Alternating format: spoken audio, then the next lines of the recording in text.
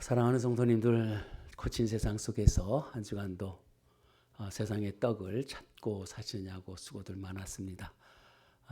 그런 가운데서 하나님이 오늘 이렇게 불멸의 식탁을 준비해 주셨어요. 여러분들이 오늘 내 살을 먹어라, 내 피를 마시라, 진정 오늘 먹고 마시는 그런 은혜가 있기를 주님의 이름으로 축복합니다. 오늘 51절에 보면 이런 말씀이 있어요. 나는 하늘에서 내려온 살아있는 떡이다. 사람이 이 떡을 먹으면 영생하리라 라고 말씀하셨어요. 그러니까 52절에 보면은 저들이 무슨 말인지 못 알아들어요. 그 말을 듣고 서로 다투면서 어찌 자기 살을 우리에게 먹게 하려 하느냐? 아니 우리가 식인종이냐? 사람을 어떻게 먹는다고 얘기하느냐? 못 알아듣고 있습니다. 육에 속한 자는 영에 속한 것을 몰라요. 무슨 말인지 모르는 거예요. 그런데 제가 보면 교회 다니지 않는 사람뿐만 아니라 교회 다니는데도 똑같은 사람들이 너무 많다는 거예요. 우리는 과연 성찬을 알고 먹고 있는가? 이 말씀이 어려워서 그 뒤에 쭉 받아보면요, 한 사람, 두 사람 그 자리를 떠나갑니다. 주님이 너희도 가겠느냐? 그러니까 영생의 말씀이 주께 있사오니 우리가 어디로 떠나겠습니까? 여러분, 도망가는 신앙 멈추시길 바랍니다. 성찬을 모르니까 도망가는 거예요. 우리의 신앙이 뒤로 후퇴되는 것은 성찬을 몰라서 그래요. 우리가 인생을 살아가면서 힘들고 어려운 일들을 당할 때 하나님을 의지해야죠. 예배 드려야 되고요. 기도해야 되고요. 아니 기도만 하고 예배만 드리면 되나? 이렇게 생각하는 사람들이 성찬을 모르는 사람들이에요. 예수를 모르니까 그런 말 하잖아요. 기도하고 예배하고 하나님 앞에 맡겨드리며 주님 앞에 나가는 자들이 십자가의 사랑을 아는 자들 아니겠습니까? 오늘 우리에게 주시는 교훈은 성찬이 무엇인지를 바르게 깨달았으면 좋겠다는 거예요. 성찬, 지금 내 살을 먹어라 하는데 이해하지 못하는 사람이 대다수죠. 우리도 그래요. 우리도. 제자들도 마찬가지예요. 베드로가 영생의 말씀이 주님께 있다라고 하면서 떠나지 않는다라고 얘기했지만 잘 모르고 한 얘기예요. 그것도. 그러면서 눈물이 주룩 났겠죠. 이 말씀 이후에 요한복음 13장, 마태복음 26장 한참 더 지나서 지금은 예수님의 중기 사역할 때잖아요. 마지막 말씀 사역이 끝나는 그때에나 성만찬이 있었잖아요. 그 마지막 만찬이라고 그러잖아요. 왜 마지막 만찬입니까? 그 다음날 십자가에 달려 죽으시니까. 또한 예수님이 뭐라고 하셨어요? 내가 포도나무에서 난 것을 이제부터 아버지 나라에서 너희들과 새 것으로 먹을 때까지 마시지 않겠다고 하셨어요. 곧 예수님은 마지막 식사를 하신다는 거죠. 하늘에서 잔치에서 새 것으로 너희와 함께 먹을 때가 있을 것이라고 하셨어요. 그런데도 제자들은 크게 예수님의 내 몸이다, 떡을 띠면서 내 몸이다, 포도주를 나누면서 내 피다, 언약의 피다라고 했는데 못 알아들어요. 그때도 못 알아들어요. 예수님이 부활하신 다음에나 예수님이 죽으시고 다시 태어난다는, 사신다는 그 말씀이 조금 이해가 되어지기 시작하고요. 성령이 임하신 다음에나 예수님의 성찬의 의미를 그때 깨달아요. 고린도전서 11장에 보면은 이 떡이 나의 몸이요, 이 피가 새 언약의 약속의 피라고 말씀하고 계십니다. 우리는 성경의 계시를 알고 있으니까 이 성찬이 무엇인지를 우리는 아는 거예요. 예수님의 몸과 예수님의 피에 참여한다. 예수님이 우리를 위해서 찢겨진 그 몸을 위해서 거기에 우리가 참여하며 구원을 얻는 과거의 사건이잖아요. 2000년 전의 사건이지만 그때 예수님이 우리를 위해서 십자가에 달려 죽으시고 보혈의 피를 흘리셔서 우리가 구원의 생명을 얻었다는 이야기 아닙니까? 과거의 그 사건을 내가 기억하고 그것을 현재화로 만들어서 지금도 여전히 예수의 십자가의 보혈의 피로 우리가 살아가야 된다는 거 아니에요. 환난과 고난과 우리가 힘들고 어려울 때 그 피를 의지하며 살아가려고 주님께서 성찬을 기억하고 기념하라고 말씀하잖아요. 그리고 나중에 다시 하나님 나라에서 너희와 함께 마실 것이라고 하는데 마셔야 될 거 아니에요. 하늘의 소망이 우리에게 있는 거 아닙니까? 복음을 전하고 기념하며 이 성찬을 십자가를 전달하면서 우리는 이 땅에 살아가고 하늘의 소망이 충만한 가운데서 주님 앞에 살아야만 성찬을 바르게 우리가 맞이하는 거 아니겠습니까? 우리가 무엇을 해석할 때요, 지정의적으로 해석해야 돼요. 지금 성찬이 뭔가 예수님의 몸이요 예수님의 피다 이렇게만 피상적으로 알았던 사람들은 세 달에 한 번씩 성찬하니까 그냥 한 잔 나가 세례받았으니까 하는 이런 정도로 그냥 지나가는 사람도 있을 거예요. 그러나 그것을 바르게 깨달아 놓고 우리의 감정적으로 정서적으로 예수님의 몸과 피에 내가 참여하는 것을 경험하는, 내가 당신을 사랑합니다 하는데 말로 사랑하는 게 그게 무슨 의미가 있겠어요? 그 감정이 있어야 될 거 아니에요. 감동이 있어야 되잖아요. 정말 사랑하는 것이 전달되어지고 사랑함이 남이 느껴지는 그런 감동이 있어야 돼요. 성찬에서도 그래요. 그리고 지정이 의지적으로 내가 하나님의 성찬에 참여했기 때문에 나의 삶은 지금의 삶, 오늘 참여하기 전과 참여한 후의 삶은 달라져야 되죠. 말씀을 듣고 성찬에 참여해서 내 삶을 성찬의 의미에 합당하게 의지적으로 살아가는 그런 역사가 우리에게 있기를 주님의 이름으로 축복합니다. 여러분들이 그리스도인이 돼서 얼마나 많은 시간 동안 우리가 성찬에 참여했습니까? 참여는 했는데 정말 예수 그리스도의 십자가의 보혈의 은혜를 얼마큼 사모하면서 내가 참여했는가? 오늘 말씀을 들으면서 우리 자신들이 새롭게 되어지길 축복합니다. 먼저 오늘 53절, 54절을 함께 55절까지 말씀을 보겠습니다. 예수께서 이르시되 진실로 진실로, 주님이 자신이 진실로 진실로 얘기해요. 인자의 살을 먹지 아니하고 인자의 피를 마시지 않으면 너희 속에 생명이 없다. 여러분, 인자의 살과 인자의 피를 마시지 않으면, 먹고 마시지 않으면 생명이 없다라 그래요. 54절에도요. 내 살을 먹고 내 피를 마시는 자는 영생을 가지게 되고 마지막 날에 내가 그를 다시 살리리니, 이걸 우리에게 약속해 주는 거예요. 55절에도요. 내 살은 참된 양식이요 내 피는 참된 음료라고 우리에게 말씀합니다. 인간은 결핍된 존재예요. 무언가 섭취해야 살아갈 수 있어요. 유지할 수 있는 의존적인 존재입니다. 그런데 주님이 내 살과 내 피를 먹어라. 주님께서 우리에게 자신을 내어주시고 있어요. 근원적인 생명이 예수로 충만해지라는 말씀이에요. 오늘 우리가 예수의 생명, 이건 상징적으로 해석하려는 사람도 있어요. 여러분, 기념하라니까 기념하는 정도로 생각하지 마세요.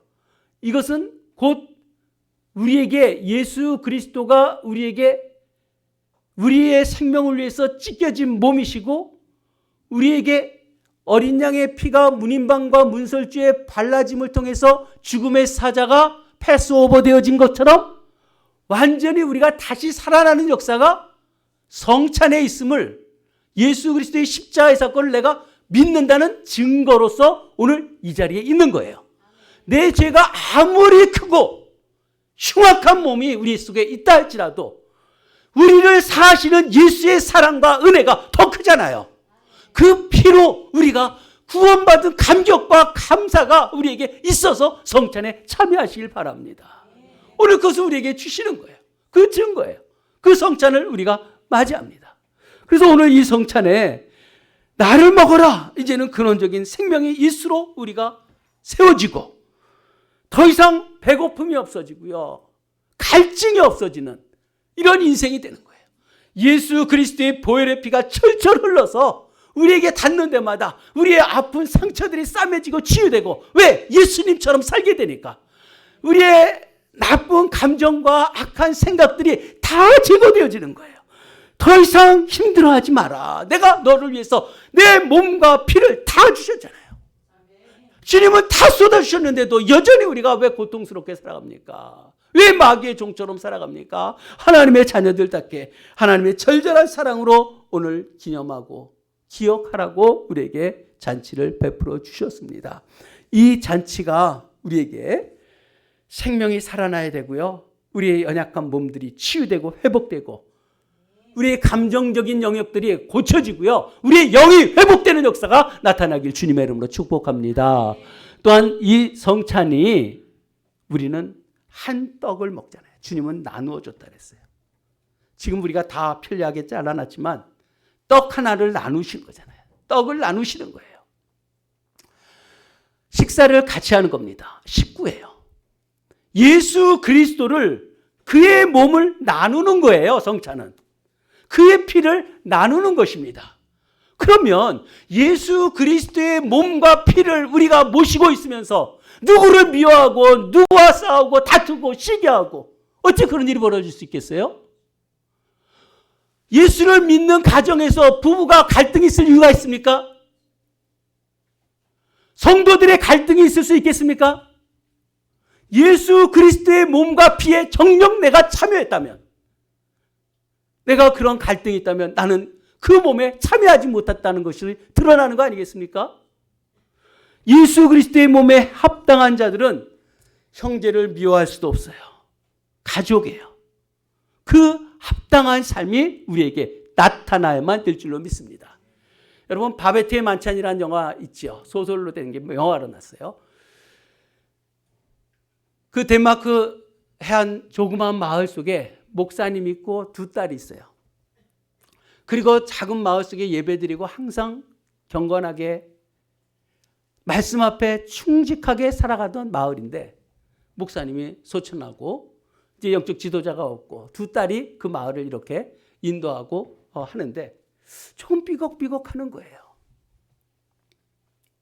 그런데 프랑스에서, 파리에서 이 커뮤니티 운동 하나의 이 내전 때문에, 그로 인해서 내전이 생겨갖고 망명가게 온 한 바베트라는 자매가 있었어요.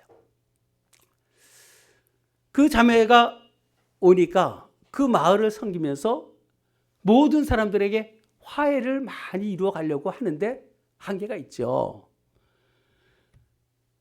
그런데 목사님이 태어난 지 100주년 되는 아주 기념비적인 날이 되니까 그 날이 다가오고 있어요. 근데 이 바베트가 복권에 당첨돼 갖고 1만 프랑을 받은 거예요. 그래서 주변 마을 사람들은 이제 그가 파리로 돌아가겠구나, 다 그렇게 생각했는데 그는 돌아가지 않겠다라고 얘기하고요. 대신에 그 목사님 탄생 100주년 기념 잔치를 자기가 준비하겠다는 거예요. 그래서 모든 식자재를 파리에서 다 사들고 무슨 최고의 요리를 만들어서 가지고 온 거예요. 그리고 그때 식사를 대접합니다. 그 식사를 대접하는데 처음에는 이런 거 먹으면 사치 아니야? 그러면서 막 저들이 입을 탁 다물고 그냥 먹기 시작하다가 먹으면서, 여러분, 우리가 식당에서도요, 우리가 중식을 하더라도 정성껏 만든 사람은 정성껏 먹으면 성도들의 얼굴이 환해져요. 그 영혼이 살아나는 걸 느껴요. 대충 뚝딱뚝딱 하면 성도들이 먹고 나서도 그렇게 기뻐하는 모습이 없어요. 그래서 이 주방도, 주방의 영성이 대단한 거예요. 근데 그가 음식을 정갈하고 그리고 최고급으로 만들어서 요리를 하나하나 나오기 시작하니까 처음에는 말 안 하고 먹고 그러더니 그들 속에서 먹으면서 감동이 되어지는 거예요. 그 감동이 충만해지니까 자기들이 서로 미워했던 그런 식탁 속에서 잘못했던 것을 고백하게 되고 이야기하게 되고 이러면서 화기애애하게 분위기가 다 바뀌는 거예요. 그래서 말씀만 있어갖고 말씀으로 서로 갈등하고 누구 때문이다 이랬던 얘기가 이제 자기의 잘못과 허물을 이야기하면서 서로 연합되어지는 가장 아름다운 식탁을 만들어졌어요. 그리고 그 식탁을 만들고 맞춰놓고 그때 이제 한 장군이 참석했는데 그 딸의 옛날 사랑했던 사람이에요. 이것은 은혜입니다. 식탁의 은혜. 그는 파리에서 최고급 레스토랑에 다녀봤던 사람이라 그 수준의 높은 수준의 음식을 먹었던 거죠. 그래서 그 감동을 얘기하고 그리고 이제 그는 갈 줄 알았는데 그는 10,000프랑을 그 음식 재료에 모든 것을 다 쏟아부었다는 거예요. 그리고 그곳에서 같이 머물며 지내겠다고 합니다. 여러분 여기서 자신의 모든 것 다 가지고 대접하는 거예요. 음식 대접하면서도 같이 먹고 나니까 모든 사람들의 그 경건함은 있었지만 그 안에 은혜가 식어져 있는 그 모습 속에서 은혜가 회복되어져 버린 거예요. 그 충만한 모습으로 다시 회복되어졌어요. 누군가의 희생을 통해서 정성을 통해서 그런 역사가 나타났습니다.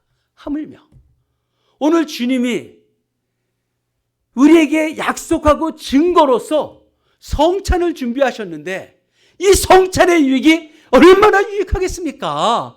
이 성찬을 먹고 우리가 바베트의 만찬보다도 못한 그런 삶을 산다면 우리는 성찬의 은혜가 없는 거 아니겠습니까? 오늘 이 성찬을 맞이하는 우리들에게는 진정한 형제가 되고 자매가 되어지고 사랑이 철철 넘치고 그리스도의 보혈의 흔적들이 나타나는 그런 가정과 교회 일터가 되길 주님의 이름으로 축복합니다. 이런 하나님의 자녀들로서의 삶이요. 56절 57절 보면요. 이제는 또 우리에게 성찬의 아름다운 약속을 주고 있어요. 56절 봅니다. 함께 봉독합니다. 내 살을 먹고 내 피를 마시는 자는 내 안에 거하고 나도 그의 안에 거하나니 살아계신 아버지께서 나를 보내심에 내가 아버지로 말미암아 사는 것 같이 나를 먹는 그 사람도 나로 말미암아 살리라. 여러분 이 말씀 많이 들은 것 같죠? 내가 주님 안에, 주님이 내 안에. 이거 어디서 들어봤어요? 요한복음 15장 보면은 나는 포도나무요 너희는 가지니 이 말씀이 있잖아요.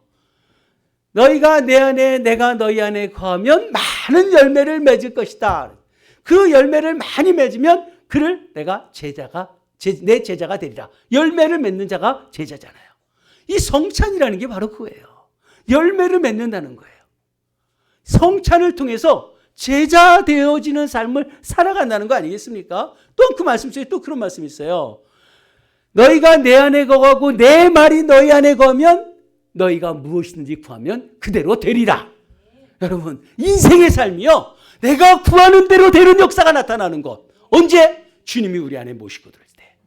주님이 내 안에 하나님의 말씀이 내 안에 거할 때 그리고 우리가 주님 안에 거하면 능치 못할 일이 없어지는 거예요. 얼마나 감사합니까? 하나님의 말씀으로 능력으로 우리가 살아갈 수 있는 것. 이게 성찬에서 주시는 거예요.